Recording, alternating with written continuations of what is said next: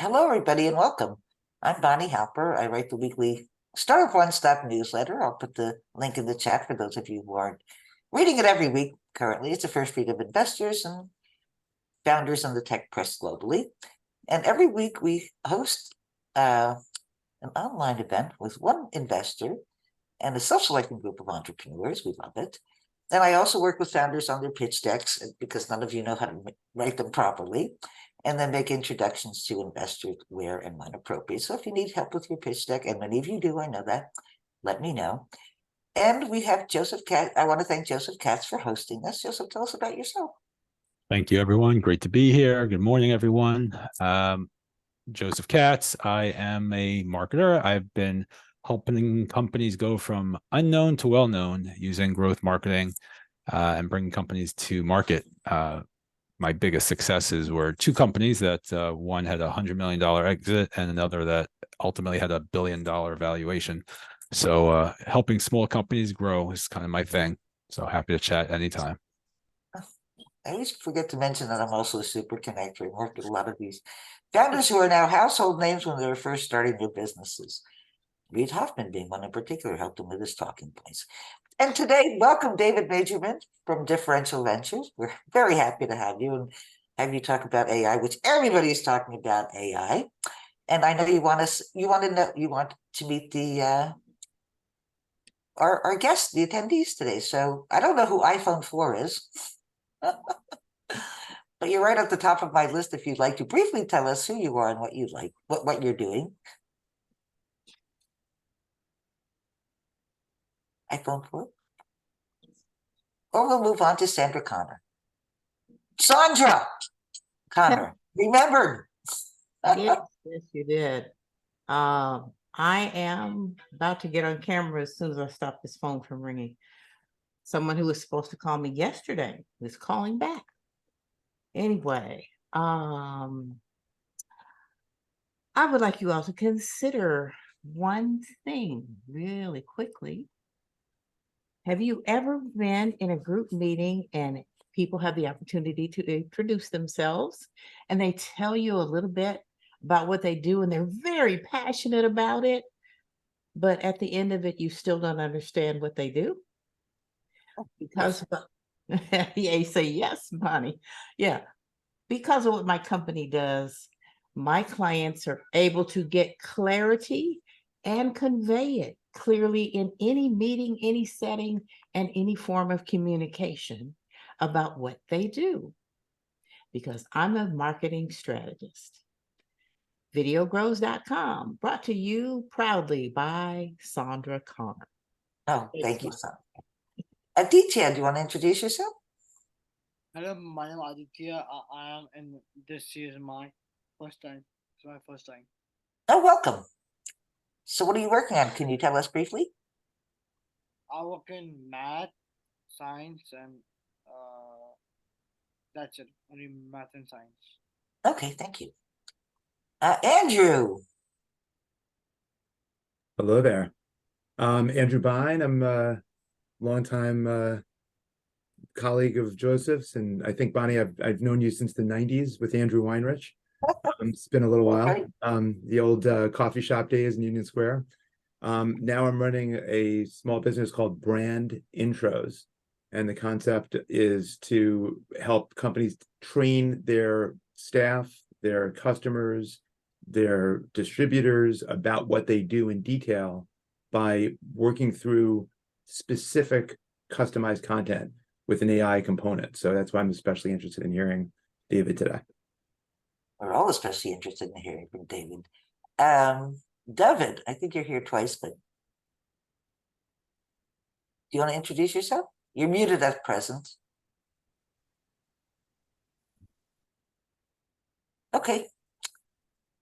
The names are Daniel Greenblum. Hi, I'm Daniel Greenblum. I'm the founder of Catch.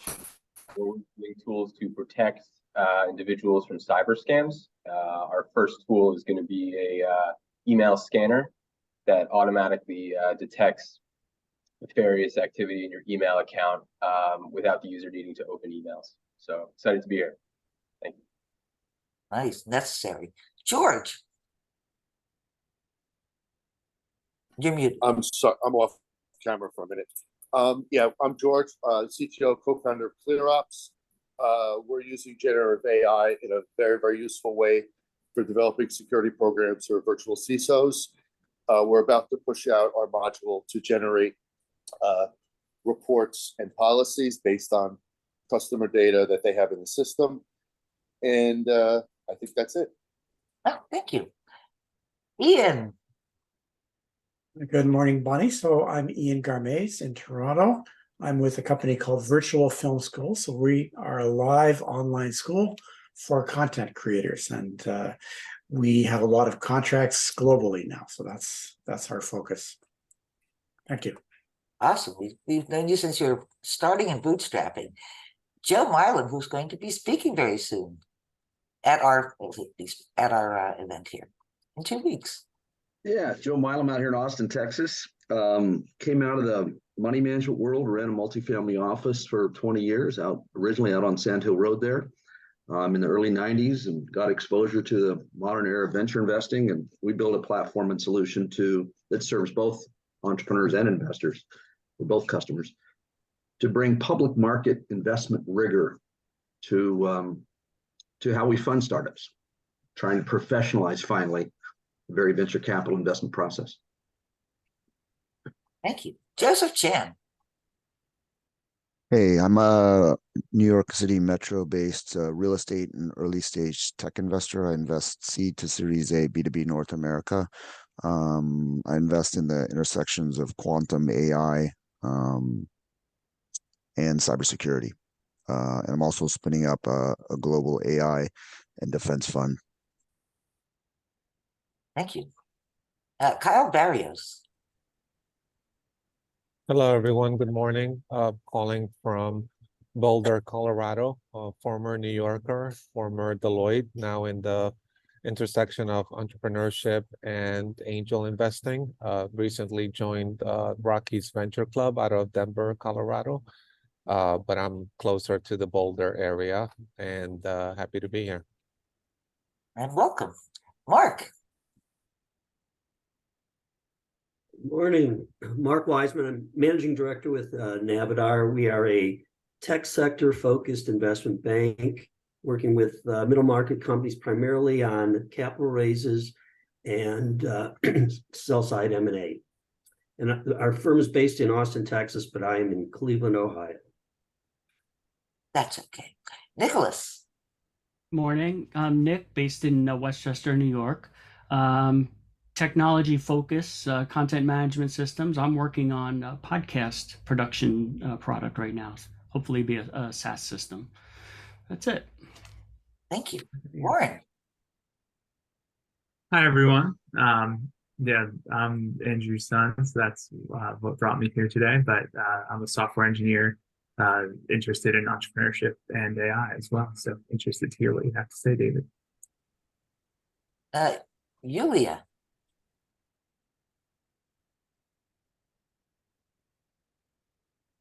Oh, you're muted. Yusuf. You want to introduce Morning, yourself? everyone. Welcome. Yeah, here after a while.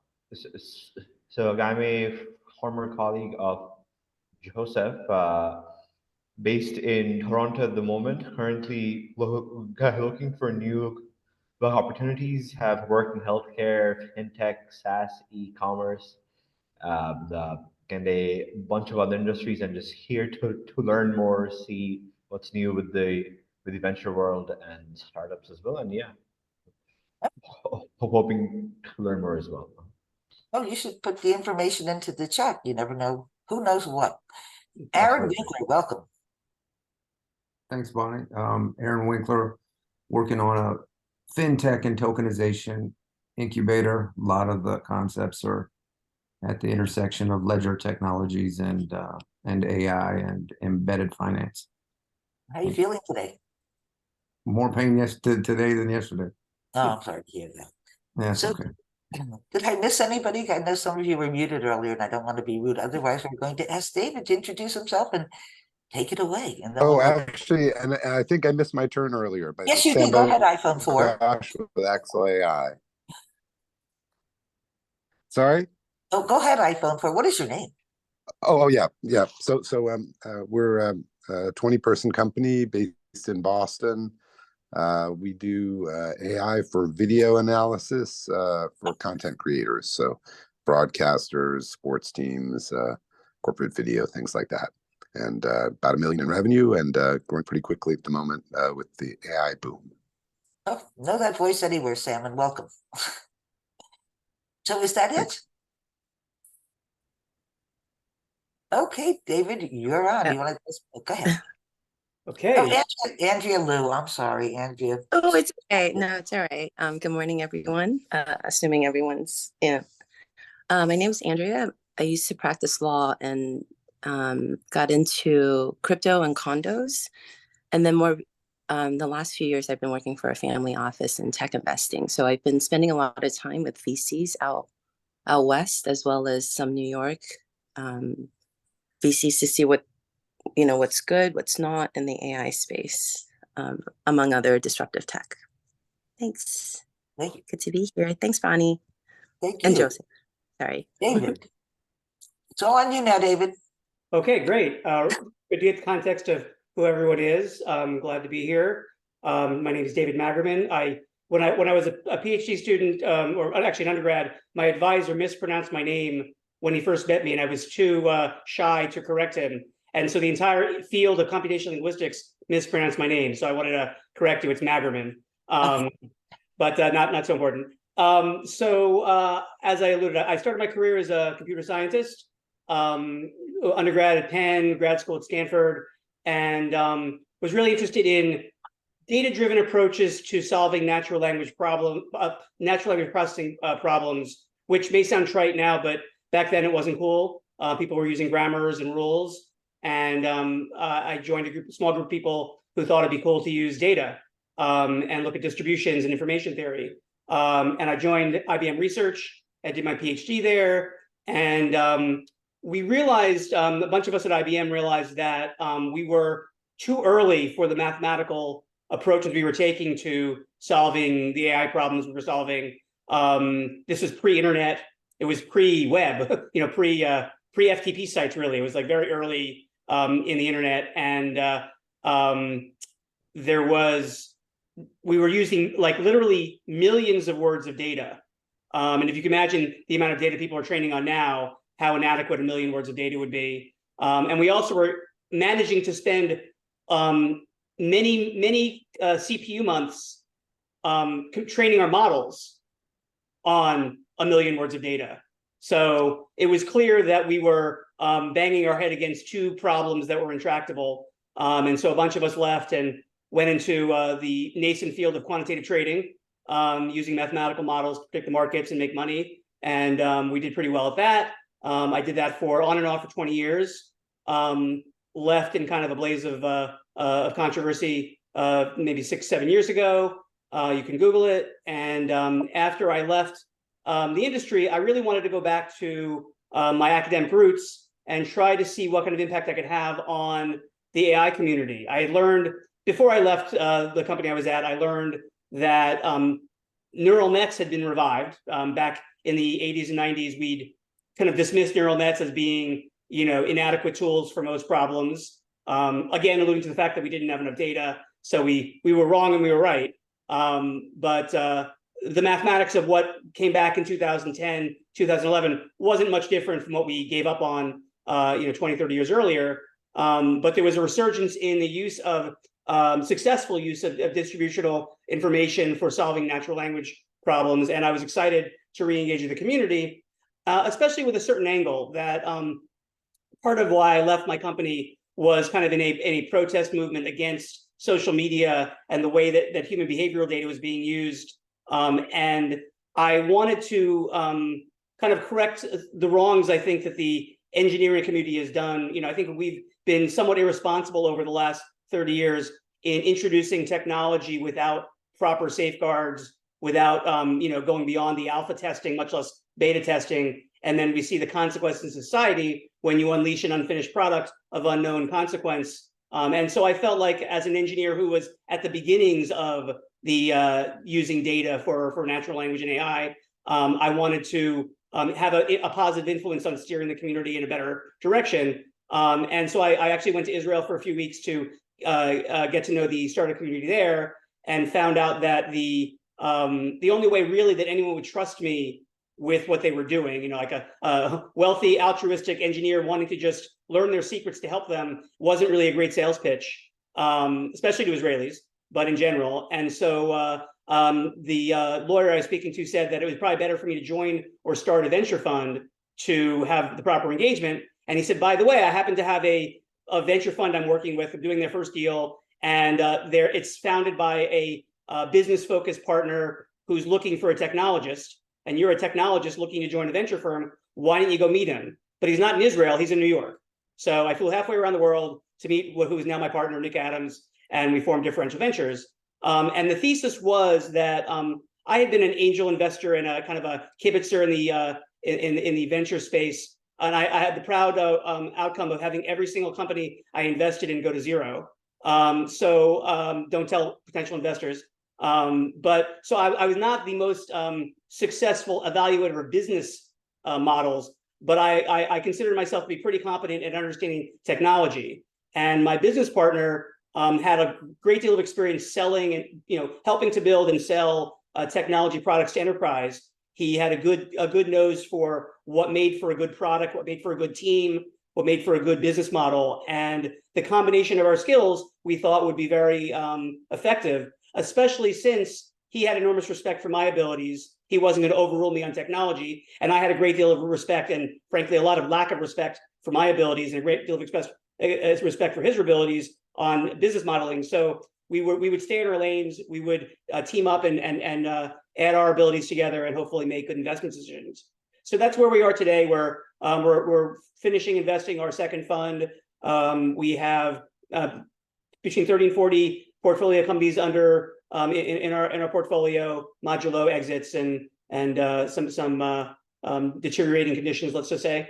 But I think we've done pretty well in identifying strong technologies, good teams, and we're looking to continue to invest. The thesis of investing in data and data science is kind of trite. It was 6 years ago, it was a novelty. Now it's a little bit crowded, so we're broadening. We do quantum computing, we do other kind of deep technologies. We're looking for like what the next big technological boom will be, and hopefully getting ahead of it.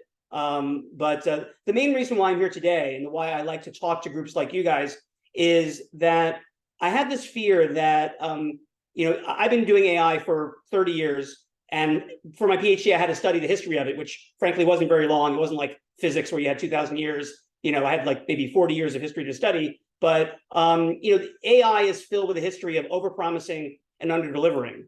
And after that under-delivering, depending on how much harm is done by the overpromising, there's a backlash which can set the field back.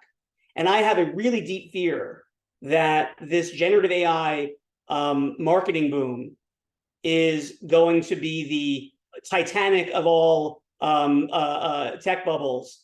And I think there's incredible value. I'm intellectually jealous of the success that these modeling techniques have had. I have great deal of respect for the people who've discovered these models, the modeling techniques.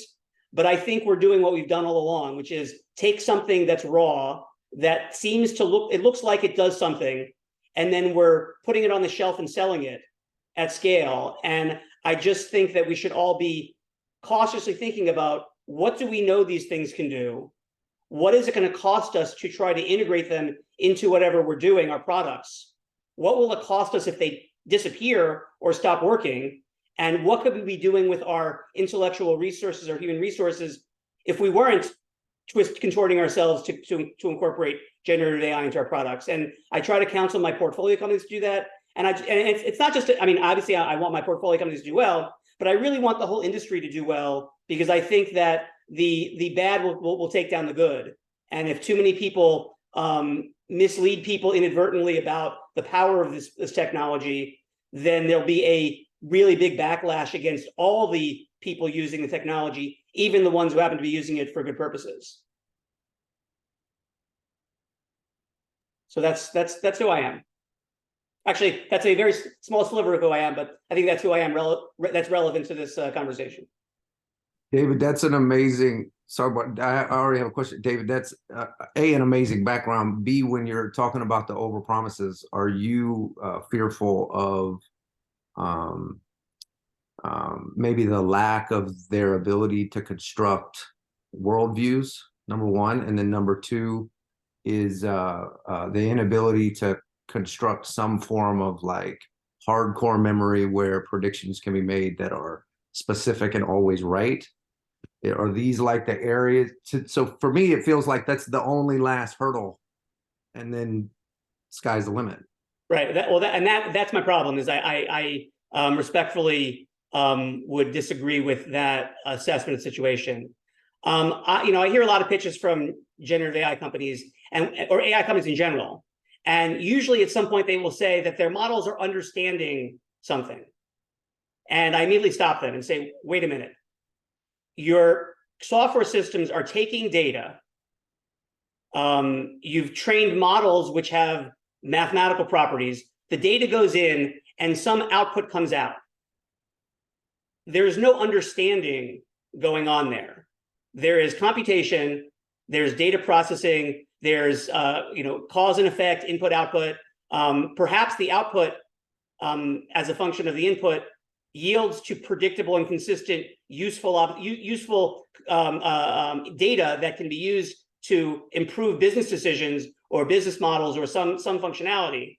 But when you start talking about understanding, you're anthropomorphizing the machine, and I think it's really important not to do that. The very large language models are, first of all, we don't know what they're doing. Researchers have admitted to me that they don't know what it's doing. It's tantamount to magic. I liken it a lot to quantum mechanics and the way quantum computers work, that quantum physicists admit that they can't imagine, from what they know about the world, that quantum entanglement can really work.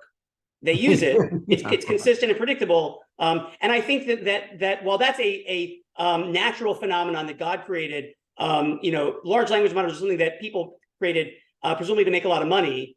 And so I'm more skeptical about whether large language models really do what they do than I am about quantum entanglement. But large language models have unfathomable number of parameters. And I've seen large language models that literally have an order of magnitude more parameters than data points that they're trained on.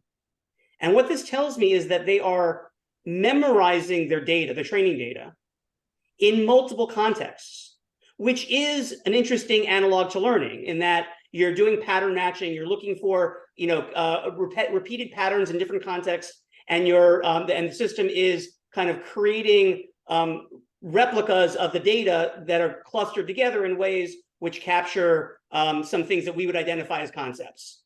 But the machines aren't identifying those concepts. They're just clustering them, algorithmically into buckets. And the amazing thing is that it seems like the biggest large language models have memorized, roughly speaking, the internet with large amounts of context and memorized it multiple times.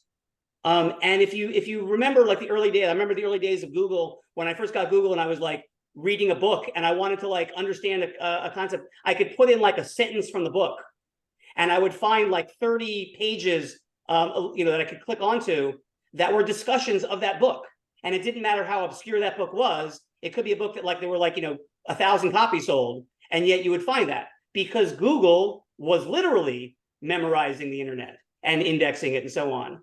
And that's why I'm less impressed by the large language model performance, because if a conversation ever happened on a Reddit, on some social media, on some area, if there was ever a paper written about something which mimics the sequence of intercourse that you are prompting it with, it will be able to not only pull up that information because it's memorized it to some degree, it will be able to creatively generate a variant of it which makes it look not plagiarized, which is both good and bad because it's not plagiarizing. That's kind of maybe a nice thing. And but also it's bad because it will get the creativity wrong, and B, it will make it even harder for you to find the context of that source to be able to do more search. I actually prefer Google to ChatGPT because I want to see all the context. I can't even read a news article anymore. I spend more time researching the sources of a news article than I do reading the article. So I don't want to hear an AI's generation of what it is summarizing something that it read on the internet. I would rather go to the source. So I just think that there's a long-winded way of saying that I think that large language models have much larger problems than just the problems you're talking about. They are not people, they are not thinking, they don't have concepts, they don't have all the things that we have in our brains. They just have mimicked them in some superficial way. And to the extent that they mimic them successfully, you see artifacts of human behavior coming out of them. But because they haven't, you will see all sorts of unexpected artifacts that humans would never do, including, well, I was going to say including confidently lying about something that they know nothing about, but I realize that's probably as soon as anything else. But you know, in terms of usefulness for professional purposes, they are far from being useful. And the fact that you kind of represented that you think that that's a solved problem is exactly what I'm concerned about. No, I was asking, were these the problems you were seeing in the field when people were describing it? I'm sorry. I'm not, and I'm not like being antagonistic. I'm just, this is like you triggered me. No, I actually, the problems I'm seeing in the field are in fact the too early adoption, the too early incorporation of relatively untested functionalities being deployed as though they are tried and true and are going to work as well as whatever they're replacing. That to me is the biggest problem that I'm seeing. And there's also a reality that there aren't that many current real world uses of this. Most people are still researching it, playing with it, trying to incorporate it into their products. So I actually was on a panel 2 days ago, and I asked some people who are working at very advanced uses of this technology, and asked them to point me to specific uses of the technology in the wild that are currently being used and deployed. And aside from some very nascent code generation, using the systems to generate, to take prompts to generate code, they couldn't really come up with any. They just talked about beta solutions, things that are being experimented with, like co-pilots that are being used, that are being offered in beta, but nothing like kind of full automation, nothing mission critical production that's being used yet, because I don't think it's ready for that. I have 100 things to say in a follow-up, so I want to not dominate the conversation, let other people ask questions, but I'll wait. I have a quick question. I appreciate it. I've been in tech for 30 years, and one of our kind of quiet co-founders has been in tech for 40, who was a CMU hacker, did NLP, ML stuff way back when. I mean, our first option we started looking at doing ML and AI was Prolog. Just to explain where we're coming from here. What's your name? Is there a name? I'm sorry? What's the co-founder's name? Oh, it's Sean Levy. He was at CMU at CERT Labs way back when. But so I'll say 2 to 3 of us are like kind of have sniff tests on a lot of stuff because we've watched new things and aren't really convinced there's anything really that new all the time. And it took us a while on some levels. I mean, I've been around Bell people long enough to go, okay, you guys did transistors and radio and and lasers and Unix and C, and we have a combination of GPS plus Python here. But anyway, I guess we were at TechCrunch Disrupt, been around a lot of the things. We implemented some Gen AI stuff pretty early over OpenAI API. But where is your sniff test between what is, I'll say, novel and what isn't? Because what we're seeing is 85% of the companies, if not more, are just like essentially, the wrapper thing on ChatGPT. Where is the line for you? I mean, we see it as we're collecting public data with a public data search engine. We're accumulating customer data on their privacy security practices based on security questionnaires and gap assessments and so on. And we know we know the line between the big boys and us. But where do you see the demarcation between what I see as kind of three groups?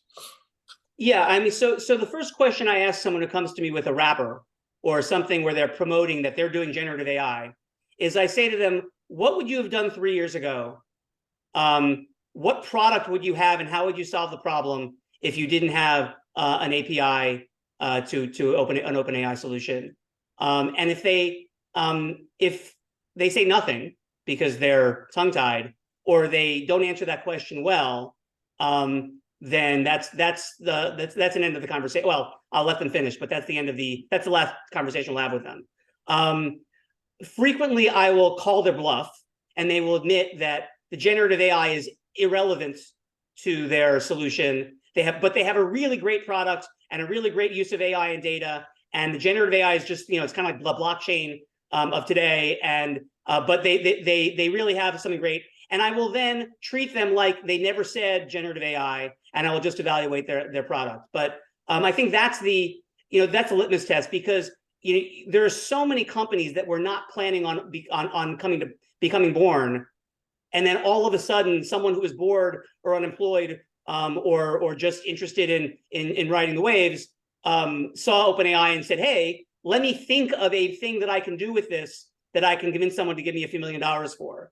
And that's not the kind of passion that I'm looking for in a founder. It may lead to a great product because some people are really brilliant and there are a lot of incredibly creative uses of this. I do think this is new. I do think this is huge. I just think it will be destroyed. The goodness of it will be destroyed by the bad marketing. If all you have is a hammer, everything looks like a nail, right? I mean, yeah, it's a very pretty hammer, though.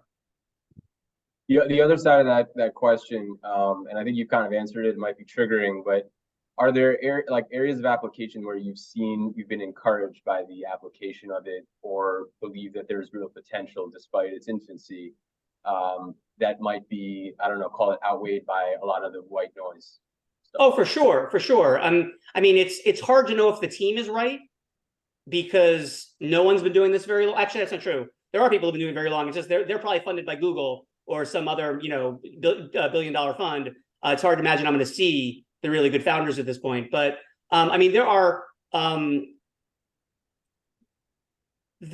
some really great innovations that this has made on problems that people have been trying to solve poorly for a long time. And the idea of being able to, one-shot learning and few-shot learning, those are solutions that are that we've been looking for ways of fitting models very quickly to new domains and taking advantage of already trained models to get more value out of them. I don't know if we know that they work long term. One problem I have, let me finish answering your question, is that I am very reluctant as an early stage investor to risk my limited amount of investor money on this industry. That's my rule. It's a rule I'm willing to break if I see the right company, which is why I take pitches. But I'm incredibly unlikely to invest in an NLP use case. I actually invested in one Copilot solution for generating software using generative AI, because I think that's a really sensible kind of a limited use case that I can believe that I understand why it works. Unfortunately, it's taking advantage of all the people who gave away their code for free for the last 30 years, who are now going to be out of work because the AIs can memorize it and do it better. But that's neither here nor there. So I think that's the limiting factor for me. But I wanted to talk about the future of generative AI compared to the present, because those of you who've done statistical modeling understand this. But when you build models using data, there's a notion of especially when you're using time series data that has a time element to it, you have the notion of a half-life, that you will discount old data relative to current data. And if you're not doing that, you're flat weighting everything. And if you're doing that, if you're heavily weighting recent data, you're going to have a very, very short half-life. But if you, it's an empirical question usually, how much you downweight historical data. I am pretty confident that if LLMs had been developed and deployed before COVID, that the half-life would have been a lot longer than what they ended up with today. Because so much of language and so much of life and things that we express in the internet, on social media, in the world, changed when COVID happened. The idea of Zooming, the idea of remote work, all the questions about viruses, diseases, coronaviruses, all these things, so much about language. I mean, the structure of language didn't change, but the content changed a lot, and the semantics of certain words changed a lot. And I would suspect that if that the half-life for successful LLMs to be deployed two years after COVID probably had a shorter half-life than what you would have had if it had been launched before, during a period where language kind of stayed relatively similar. So my fear is that, given that the models have an unnaturally short half-life, in another year or two, when language has remained normalized and maybe even reverts back to the way it was pre-COVID, my suspicion is that the large language models will perform less well, just because they are somewhat inadvertently overfit on a time period.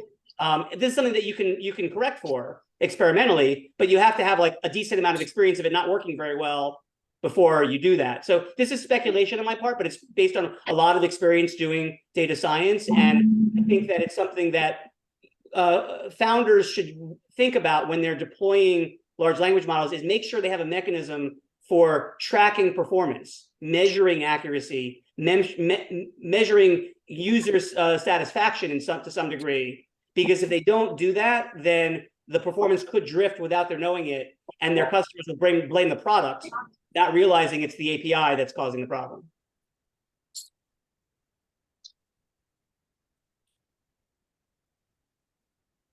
I feel like the example you just gave is relevant even for non-AI settings like voice services like Alexa, where it's just frustrating. It just gets it wrong, and there's never a way to really allow it to repeat it. Do you play with those at all? Yeah. So first of all, a professor that I worked with at Stanford back when I was there said that it's called AI until it works, and then it's just an algorithm. I would definitely call Alexa AI. I would call it like some very successful AI, but I'd call it AI. But I would. This is actually you made a very brought a very important point.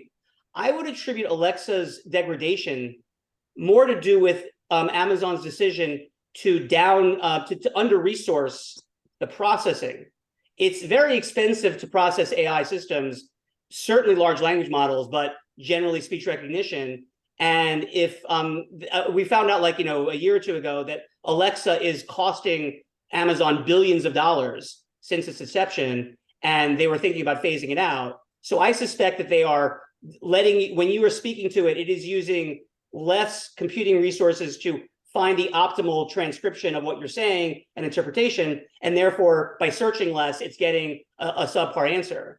The analog for that is for large language models is that if you're using an API and you're paying a certain amount, there are just so many GPUs in the cloud resources of the companies that are deploying their solution, and if they run out of computing power, they will just use less computing power for each query, which means that you will get a less complete solution. You'll still get an answer, but it will be a less likely answer than if it's searched a lot harder for the most likely one. These large language models are just predicting the most likely word sequence based on its models, and the most likely is an optimization problem. It's a search problem, which is it's NP. It's not deterministic. It's not polynomial. It's unbounded in computation. So if you give it less resources, it will do a less good job. And I think again, people should be concerned that there were reports that ChatGPT did extraordinarily better on queries the first 2 months it was released than the 2 months afterwards, to the point that it was getting 90-some-odd% accuracy on some class of problems, and it was getting 20% accuracy on the same class a few months later. And I suspect that that's because they were under-resourcing the free users, focusing their the GPU power on the people who are paying for it. So again, these are things that you don't think about for normal API algorithms. But when it comes to trusting this black box company on some really unknown technology, you've got to like kind of think out of the box of what could go wrong and what could they do and how much is this really costing them. And I think the reality is, and they showed from their financials, it's costing them a lot more than they're charging. And eventually, you know, in the limit, when you lose money in every customer at scale, it's not a good situation. Amazon being the one exception to that, of course. Oh, Joe has a question. He's had his hand up for a while. Yeah, Joe, yeah, David, for the sake of this audience, I doubt if that many folks on this call really appreciate your background at Renaissance. And could you talk a little bit about that? And also SRI before that? I mean, that's as good a background as there gets in application of data. So I have to be careful what I say. Yeah. It's a matter of public record that Renaissance Technology is maybe one of the most successful hedge funds in the world. Modulo the fact that they have capacity constraints, so they've been returning money. It's not as though they've compounded the same way other funds have compounded, but they still have, in terms of performance on a year-to-year basis, great results. And they are known to hire mathematicians, not economists, and hire people who don't know anything about the data that they're working on. And I think that's a great model for building good data science systems, is that you don't come into the solution with preconceived notions about what the answer is. I, for one, didn't know anything about what a stock really was, what a futures contract was, what a currency swap was, until I joined Renaissance, and frankly didn't know that much more about it 2 or 3 years later when I was overseeing trading for them, because it didn't matter. We were just using, like I said before, we were taking data in, training models which had parameters, and then deploying the models in the world, which led to things which we called trades. We actually called them trades, but they also were really trades. And the trades came back with answers, and we gave money, they gave us stock, and then eventually we made money. But it was a very scientific, mathematically oriented environment where it was done very objectively, not like the kind of Wall Street or billions kind of mentality. It was really very, almost like a very rich grad school with better food.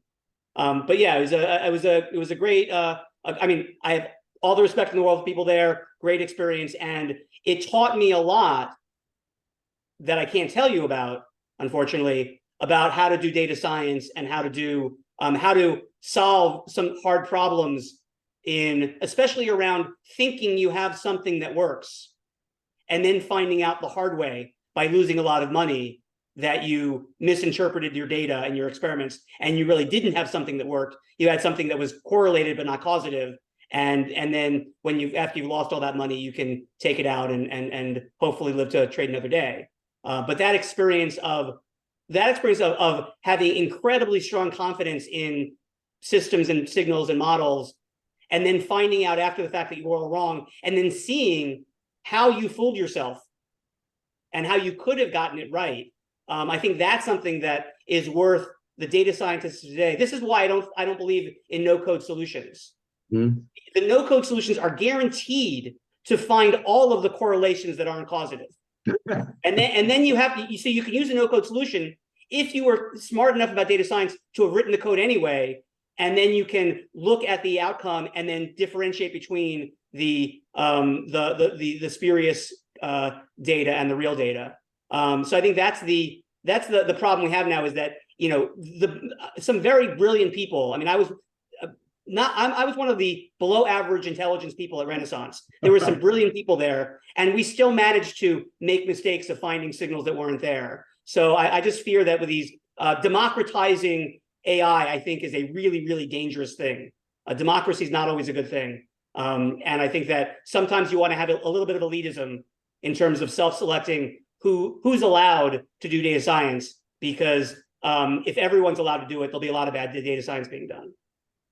If I could just follow on that, if you apply everything you just said and take out the word data science and that elitism phrase and apply that to venture capital, because how much misallocation of capital because of false signals that's not even supported by data. Even if the data is wrong, it's all optics and social signals. And thank you for that. Thank you. And that's what, that's why I like to do coalitions of investment. I like to co-invest with other investors, because there are some really good venture investors who just don't have in-house the experience and knowledge to differentiate good data science from bad data science. And it's in the history of, I remember I'm friendly with Josh Koppelman from back in the day. Our kids went to school. He lives in my neighborhood. And back in 2009, when I was originally thinking about getting into venture capital, he said to me, David, you think because you know so much about computer science and technology that you'll be valuable. But I'm telling you that you have about 10% of what we do has to do with what you know. 90% is you don't know. And if you do this, you're gonna lose your shirt. And he was right at the time. And I did lose my shirt. No, I lost like some socks. I'm fine. Don't worry about me. But the truth was that back then, the deep technology wasn't that deep and it wasn't that critical. Today, the deep technology is everything. We are offering up our intelligence to automation and letting it run amok unmonitored. And therefore, it is incredibly important that whoever's deciding what to invest in understands how that deep technology works and can vet it the same way you would vet the background of a founder or a business model or the ethics of a CFO. Like there are things that are important. And right now in technology investing, the actual technology is more important than it's ever been before. Joseph Chan has a question. Yeah, thank you. I really appreciate the comments, David. Given the MGM attacks and the events going on in the Middle East, how are you thinking about AI as it relates to cybersecurity in an ever-increasing digital world? In other words, how do you think about protecting yourself and your business in the deep fake AI and cybersecurity attacks in an ever more connected world? And then are there tools out there that layman folks like myself who are not as technical might be able to leverage to protect ourselves? And then I guess the last one would be, three-part question. Who has done the best work in your opinion on finding a solution to the alignment problem? The third question I can say now, I actually don't know much about. I actually was on a panel 2 days ago where there were some experts on that, and they said a lot of things that I learned some from, but I couldn't speak, authoritatively on that. So I'll defer that question. The other questions, I think that we should all assume that if anyone wants to get, if anyone is sufficiently motivated to get at anything we have, they have it already. If you are connected to the internet or you are around any device connected to the internet, then someone sufficiently motivated will get your data, will monitor you, and so on. I was curious, as a high value target, how do you minimize that attack surface, right? Who's a high value target? I would consider anybody working at your former previous employer or hedge fund manager, anybody with, let's say, real assets or control real assets is a high value target. So I've been recently informed that I'm not allowed to say what I used to say about this question, but I will say that just generically that the only way to protect yourself is to not be connected to the internet. That if anything that you think is something you don't want someone to have, not only should you not have any computer that has it connected to the internet, you have to make sure that no one can attach a device to the network that the data is on that can pull the data off. Printouts and OCR is a dangerous loophole that you have to consider, but at scale, usually the keeping yourself away from the internet and keeping the ability to plug devices in that can access the data are necessities. Failing that, I don't think there's any way to protect high value assets. Interesting. So you think I'm basically screwed because I have a cell phone and connectivity? No, I think no one gives a crap about you, and you shouldn't worry about it so much. I think about myself, and I've kind of made myself a little bit of a target. Actually, that's true. I do think that probably my home computers have been hacked, and that my cell phone has probably been hacked, and I live my life accordingly. I try to live a good life. I try to live a life according to Torah, and God's watching me. So I feel like that's a pretty big limiting factor. But I kind of feel like anything that I have on my computer, my search history, my phone conversations, I assume that someone who wants to hurt me probably has it, and I have to own how I live my life. It's It's actually not a bad thing. Again, because from my perspective, God's watching me, so I live my life that way anyway. But God's a much more kind and forgiving judge than some of these other people. And you have to think about what the things that you have and what are people going to do with them, and how are you going to survive that? So basically, don't do dumb things on the internet. Don't do dumb things. It's no longer the internet. You go to a bar, someone's filming you. They're recording you. You're walking down the street having a phone conversation. Someone is walking close enough to you to have a listening device to hear your conversation, and maybe is hacking the signal, so that the Bluetooth signal, so that they're hearing both sides of the conversation. I mean, they're not. I'm not paranoid, but I'm just saying they could be. So live your life accordingly. Actually, to that point, a lot of our customers are people like movie studios, people with sensitive content, and many of them do opt for an air-gapped or nearly air-gapped approach to things. We've seen in the last couple of years a definite, what's the right word? A kind of retrenchment from this all cloud all the time mentality of the last decade or so. People are sort of rethinking that. So why are we doing this? And as a result, like a lot of our machine learning modules are designed to run on-prem. We basically come around to the idea that the customer base is not going to be nearly as enthusiastic about a cloud-heavy environment as the vendor community is. Have you seen that in other verticals, or is this kind of unique to the media space? I've been surprised where I haven't. People are so starved for low maintenance computing resources that, and that's such bad experience with in-house IT that to scale, they're more than happy to close their eyes and trust faceless strangers to protect their deepest secrets, and presume that everyone that they use is keeping their security patches up to date and monitoring blah, blah, blah. And what I find humorous is whenever you see an announcement of a hack, some company saying their credit cards were hacked, their database was hacked, their CRM, I'm suspecting that's like 1% of the actual number of times that things are being hacked. Like most hackers steal and don't want people to know they do it. Only a few, kind of attention seekers will actually announce they stole your data. So for instance, the 342 people who've stolen data on my laptop and my desktop computer, none of them have made anyone aware of it, to my knowledge. But so I think that the world is starved for profits. They're starved for successful businesses, and they're willing to sacrifice their customers' security to get that result faster than they should. And I don't think there's a solution to that. I think we just have to live with it. And I think there's one question about deep fakes and the dangers of misinformation. I think that is 100% a generational thing. I think that we are going to solve that problem to the extent we can, which is pretty poorly. And then people will just learn not to trust anything they see, read, hear, unless they have some confidence that it actually happened from like with the war going on now today in Israel. I've literally spoken to people who are on break from frontline, service, in the military, and they're in their bases, and they're telling me like they can tell me what's going on and I'll believe it. I don't watch the news or read stories or read articles because I have no way. I'm young enough, or at least alert enough to realize that there's so much disinformation out there. But I think that the kids growing up today already know that when you see a video of their high school science teacher having sex with a goat, it's probably not real. So I think that's just going to be a generational thing that eventually will converge on people not wasting their energy creating them because no one's believing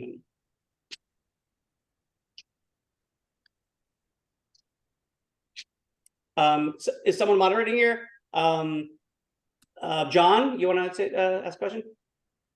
I think Andrew was first, so I'll wait for him. Oh, sorry. I appreciate it. No, thank you for that. This quiz is not quick, but a broader question based on some of the previous comments. I'm wondering, to the extent there's a continuum, which is a personal question, between investing and let's say doing things, like actually like accomplishing things on the ground. How are you thinking about that? How are you deciding where to fit into that? I mean, obviously there's a role for both. Right. So I have 3 ways of deploying money.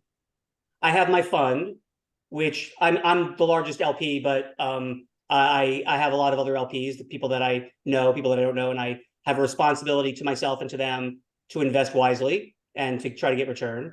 I have a personal portfolio, which is a little, when I see something I really want to invest in that I can't convince my partner is actually going to ever return us anything or be successful, but I really want to invest in it and it's a business, I'll invest out of my own pocket and I have my own portfolio. I always give my fund first dibs.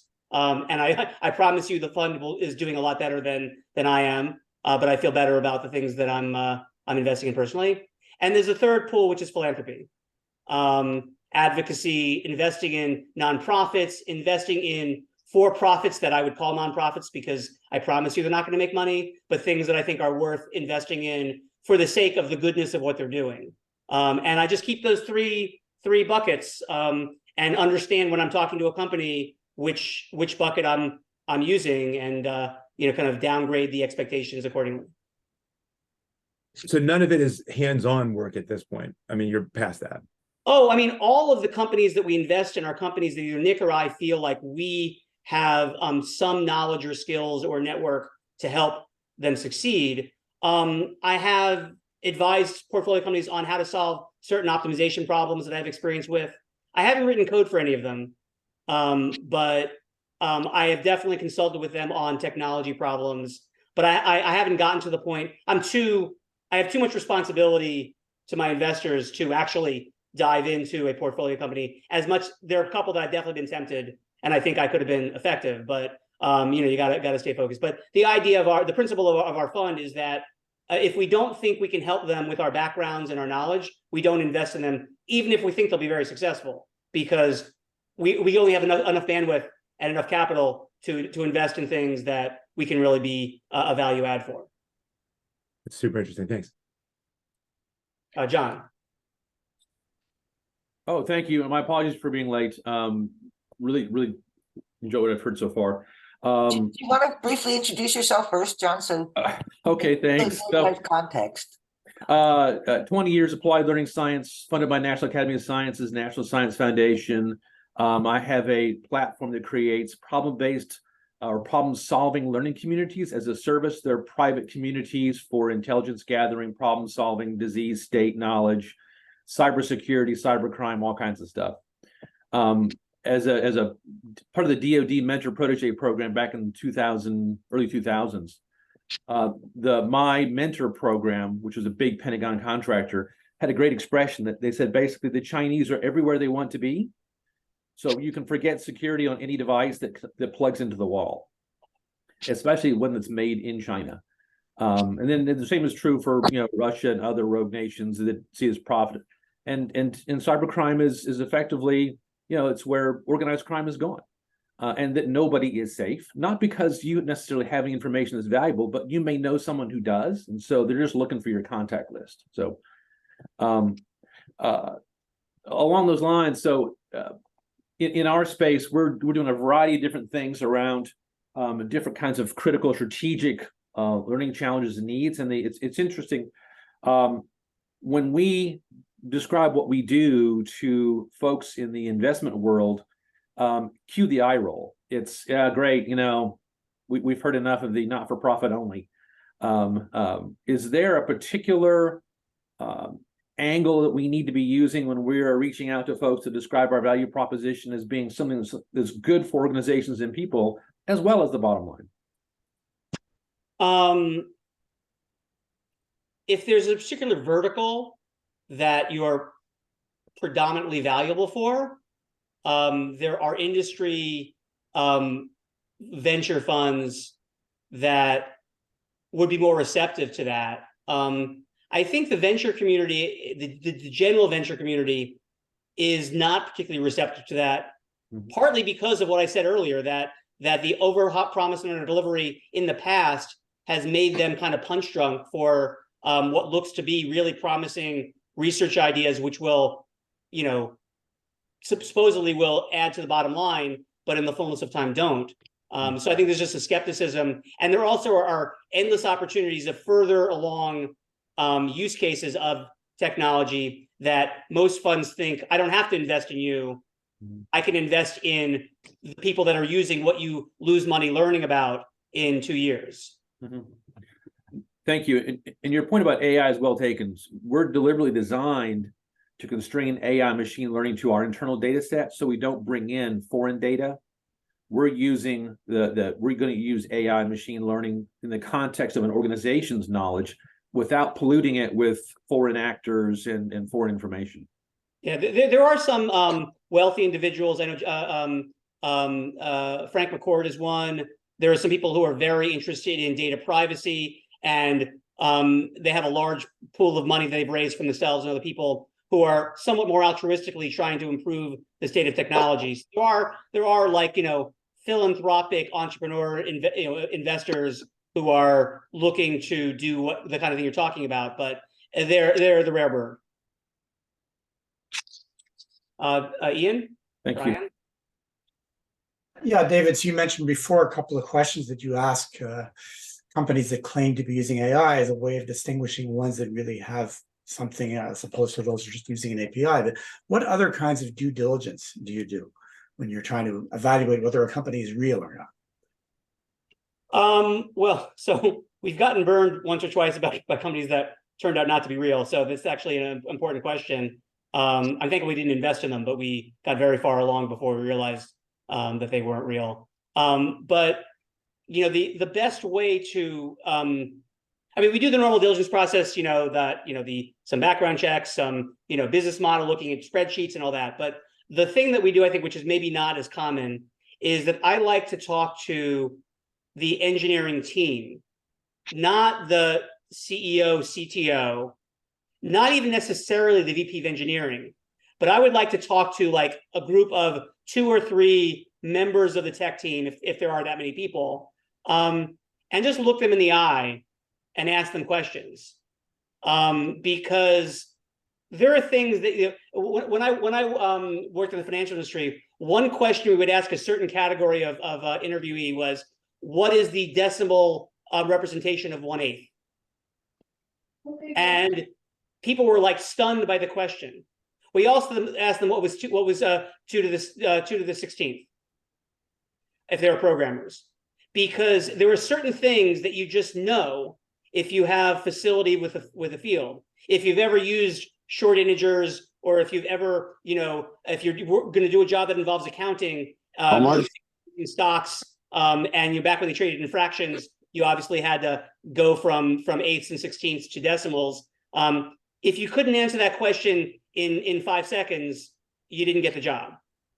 So it's a similar thing talking to the engineers. I'll ask them a bunch of technical questions about the product, and then I'll ask them what tools do they use for revision control?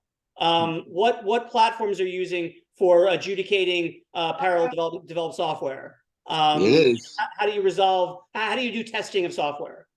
And if they fumble those questions, then I really wonder if they really have the team that's capable of building the product that they're doing. So I think that's a level of diligence. Obviously, you need to have experience to know what kinds of questions will make people stumble and which ones competent people will be able to get quickly. But I think that's a good way of differentiating the APIs from the actual technology teams. Great, thank you. Joe? Yeah, are you guys at the portfolio level of your fund, or are you personally in your own affairs doing anything at the risk management at the portfolio construction level, such as diversification or staged capital deployment to manage systematic risk, or some of these other sort of portfolio theory applications to the capital deployment and portfolio management process? No. I have a great deal of experience in that from my days in quantitative finance.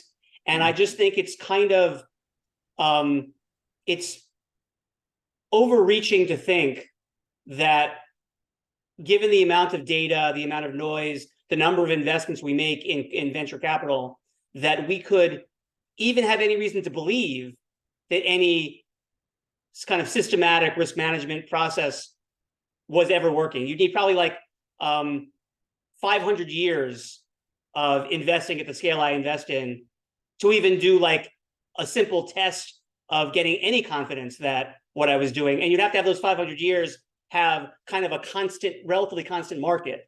So even when I talk to people who say they have data back to like in venture back to like the 1990s, I'm like, well, so what? You know, you have Russian data and you're building a system in English. Like, what does it matter? You know, the venture world in 1990 and 2000 was a world different from a statistical behavior sense. So I just don't, I mean, I know enough about data science and quantitative analysis of portfolio management to know that no one can tell you with any kind of straight face that they have a system that they know works in using systematic trading to invest in venture. They may do it, it may do well, but they have no way of knowing that what they're doing actually works. Yeah, because there's no price signal, obviously, in the private markets that you can rely on, and you can't quote unquote trade, you know. Right, right. It's an illiquid market, and there's no price discovery, and there's also no not enough historical data with any kind of accuracy to do any kind of backtesting. There's some interesting research I'd love to share with you on just basic diversification at the seed and A and B rounds and the benefits of that, given the unique nature of the venture asset class, and also using Kelly criterion or the multi-arm bandit optimization models for staged capital deployment to manage timing risk that I think you might find interesting. I've read. I would love to see it. I appreciate if you send it to me. I've read some of it, and it makes sense to me. I just don't know how you test it. So you know, we have two micro funds. We were making 15, 20 investments in each. I intellectually thought about portfolio construction, but didn't think about doing anything mathematical. If we get to the point of having $250 million or $500 million of AUM, I will definitely devote some resources to trying to deploy some of those ideas and seeing if I can believe that they are adding value. But at the scale that we're at now, it just doesn't make sense for differential. Yep. Well, I've reached out to you on LinkedIn. I got a lot of interesting data I'd love to share with you. I would love to get it. Thank you very much. I manage money in the public markets as well, and use some of this stuff, and was the top large cap core manager in the U.S. for 13 years as an active manager. So I know from which I speak. So it'll be fun. Great. Thanks. I appreciate that. And just a time check. We're 20 minutes till I have a rabbi from Israel calling me to learn Torah. So I'll have to have a hard stop at 11 o'clock. No, that's hard. That's sad to hear. I know that Aaron had some more questions and didn't want to monopolize. So Aaron, feel free. Sure, thanks.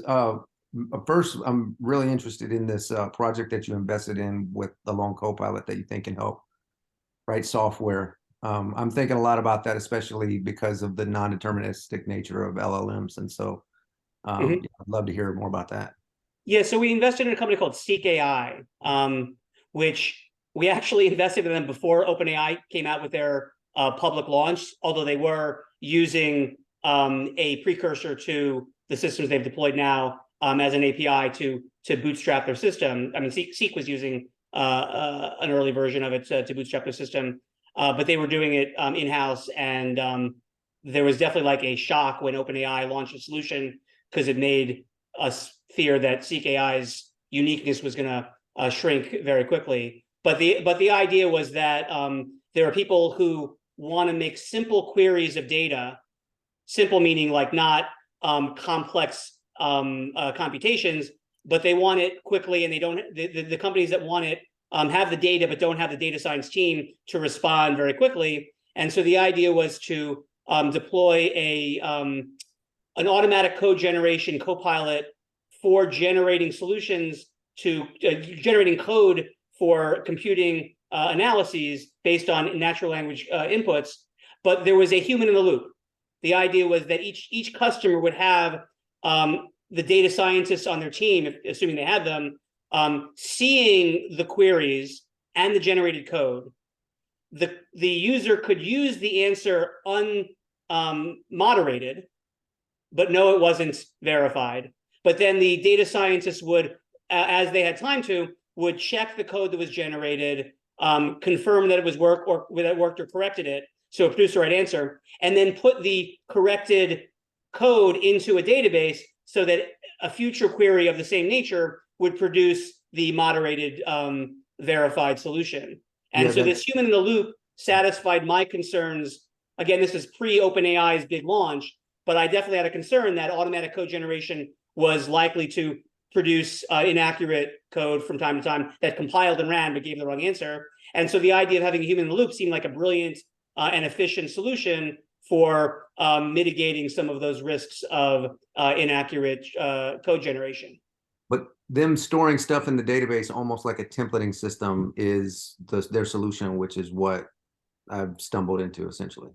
Yeah, and my knowledge of that is dated. They've advanced from when we invested, and we're not as engaged with them for reasons which I won't share. But so I don't know exactly what they're doing now. They definitely had to have a technical response to the launch of OpenAI to convince investors and customers that they were going to be differentiated. And I think they've succeeded in doing that. They do have a decent number of pilots and even customers, paying customers now. But I don't know exactly how they've pivoted to deal with that.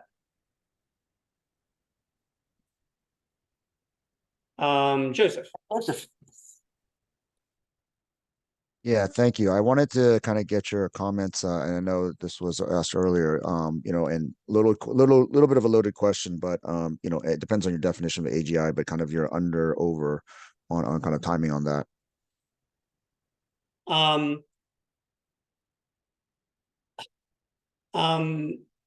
Never.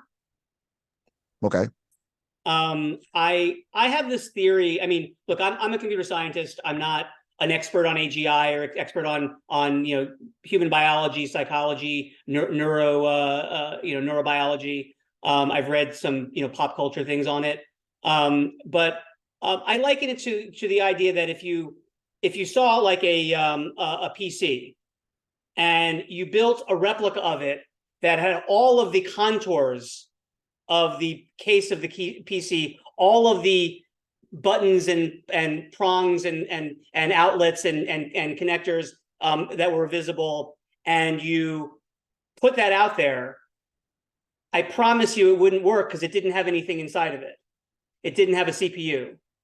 And I speculate, especially given what I've learned about quantum physics and quantum entanglement, that just because we have replicated what we can detect physically about neurons and how physically memory appears to be represented in the brain, how communications happen as we're processing, we can you know, have detectors that can watch brain activity when they're doing certain language tasks. I think just because we can do that doesn't mean that we are capturing all of the dimensions of what makes human intelligence possible.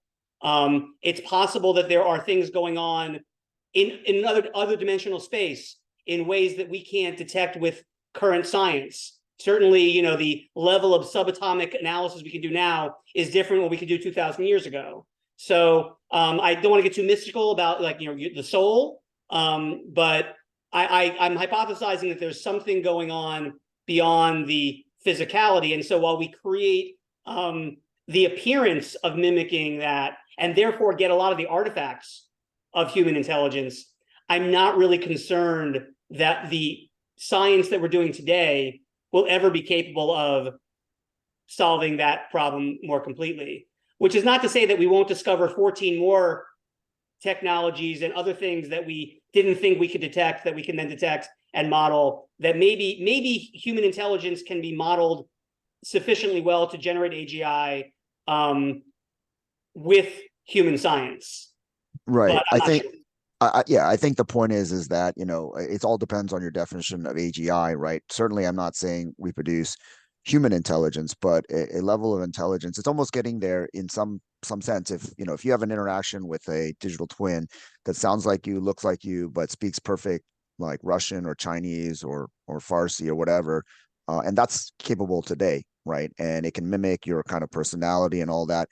It's getting very close to deceiving a human, which in my opinion is somewhat of a test. It's not the Turing test, but if you can't tell that the other person on the other side of the phone or the video is real or is just a digital avatar, then that's concerning for me. And when we give control of these systems to the energy grid, to reading X-rays. Look, I think statistically, these systems are actually better in some instances than human beings. But how much control and how much human intervention and safety we put in place is very concerning for me.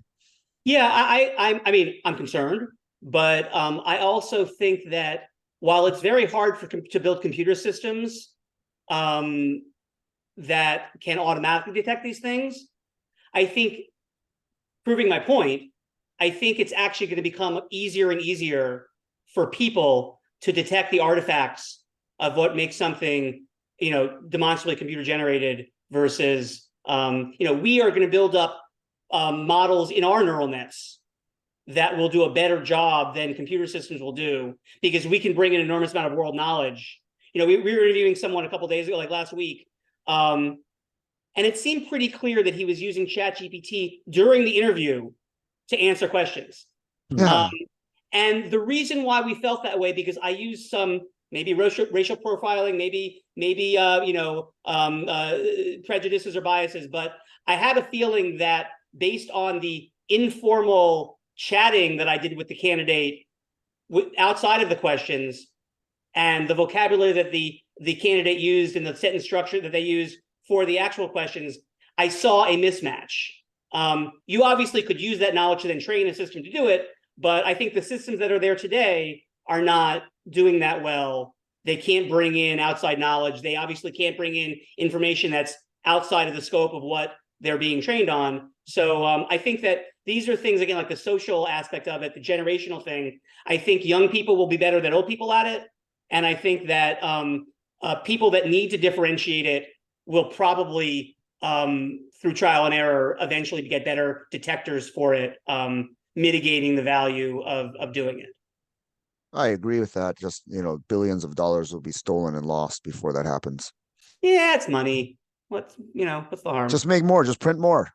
Yeah. No, look, like I think there's a misunderstanding in the world today that people have come to believe that the world is here for profits. The world is here for people. It's here for human beings. It's here for society. And that's what I was told. That's what I was taught, that the world is here for man, for us to be shepherds of it, to take care of it, and to take care of each other. And there are a lot of instances today, as there always have been, but a lot that I know of people sacrificing humanity for profits. One example is customer service. In order to scale business, we have sacrificed a very human experience that was very reassuring for a much cheaper and inhuman and inadequate solution that scales better. Right. David, I wish everybody were like you. Unfortunately, there were 1,000 guys last 2 weeks ago that just differed. They said, hey, we'll go kill a bunch of people and we'll go to heaven. Right. And so that is diametrically opposed to your worldview. No, I'm not suggesting that there is a lot. I'm just saying that I think this is something that and this is what I actually like to talk about with small groups that I speak to, is that we can be a part of the solution. We have to make a living. We have to feed our families. But I promise you, many of us, I certainly one, have gone far beyond the place where I need to sacrifice humanity to make more money. And I can, don't tell my investors, but I can actually do something that might make me less profitable, but is better for the world. And I do that. And I actually think people invest in me because of that, not despite it. But I think that's something that we all, in our own way, can, as we're deploying technology, as we're building products, as we're causing human beings to interact with machines, we can be thinking about, is this going to make human experience better or worse? And maybe think about modulating what we do to avoid making it worse, and maybe even working hard to make it better. Yeah, I concur. I mean, everybody on this call is blessed to be living in a country, that has civil freedoms and whatnot. And we really can't put a price on that. I mean, if you look at people in the, let's say in the Middle East for now, there are a bunch of people who can't go anywhere today. I was there. I was actually in Israel the day the war started. So I was in my bomb shelter for on and off for 2 days. Look, we take for granted enormous luxuries and comfort. Our poorest people are richer than a lot of the middle-class people in the world. But social media has made that conversation moot. Everyone knows what the Kardashians can do, and human beings are jealous. The grass is always greener, and we can't live in the world we want to. We have to live in the world we live in. And I think the impact we can have is what I said. We can't change the situation in the Middle East, although I'm in parallel process working on that. But we can try to make the domains that we interact with better by making better decisions that are a tiny bit more altruistic than selfish and greedy, and that allow us to feed our families and more and live in comfort, but hopefully try to lean towards making the world more livable, not less livable. That's a mic drop moment. We have a lot of people here. Ian, oh God, we're running out of time. We'd like to have you back soon, David. Yeah, quick question, David. What do you think of self-driving cars? I am on the record. You can look Google podcasts that saying 3 or 4 years ago, I don't think we'll ever have self-driving cars with the current deep learning technology. I think there's too much world knowledge, even though on average, the self-driving cars may be on average better than the average driver. The kinds of mistakes it will make are completely unacceptable to deploy the technology, and the way that it, again, doesn't understand, just pattern matches and captures context and creates buckets of things. I don't think it will ever. They keep hammering down the hedgehogs as they pop up, but I don't think that this technology is capable of solving the problem completely enough to be responsibly deployed at scale. As long as there are human drivers on the road. I do think if you had a situation where there were only automated cars on grids with sensors everywhere, then you could use the current state of technology to make that safe. They do it in factory environments. They do it in controlled private environments.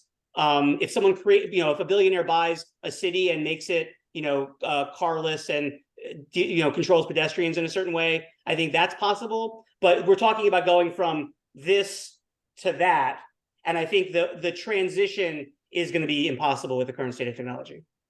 I hate to try and add to something of that, but I read a review on my LinkedIn feed this morning of Waymo. Someone took their first drive in the Waymo, and they were super effusive about it. They said it was a great experience.